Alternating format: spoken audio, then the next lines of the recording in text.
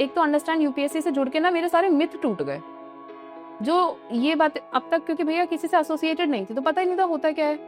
तो लगता था कि ये एग्जाम क्लियर करने के लिए कोई आइंस्टाइन लेवल का बंदा चाहिए, मुझ जैसा कोई नॉर्मल से इंसान तो नहीं कर सकता, क्योंकि वो होता है ना आईआईटी वाला बच्चा क्लियर कर रहा है, आईआईएम वाला कर रहा है, उनसे भी नहीं हो रहे हैं, तो मैं तो कहीं स्टैंड ही नहीं करती, मैं कैसे करूंगी?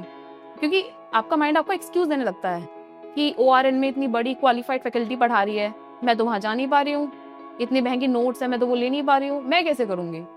तो वो सारे मिथ मेरे खत्म हुए जब मैं अंडरस्टैंड यूपीएससी में आई, क्योंकि मैं अपने जैसे लोगों से इंटरेक्ट कर रही हूँ, जो इवन या तो इंटरव्यू दे चुके हैं या जो लोग रैंक की इंप्रूवमेंट कर रहे हैं कि चीजें काम करती हैं। तो समझ में आया जब लोगों के आंसर्स देखती थी ना कि ये लिख रहे हैं, तो मैं भी इनसे बेहतर नहीं तो इनसे इनके जैसा तो लिख ही सकती हूँ। तो वो आंसर्स पोस्ट करना रोज का शेड्यूल था वो। अरे इतना मजा आता था जब आप वो पीडीएफ बना के फोटो खींच के पोस्ट करते हो ना, मैंने कर लिया बस।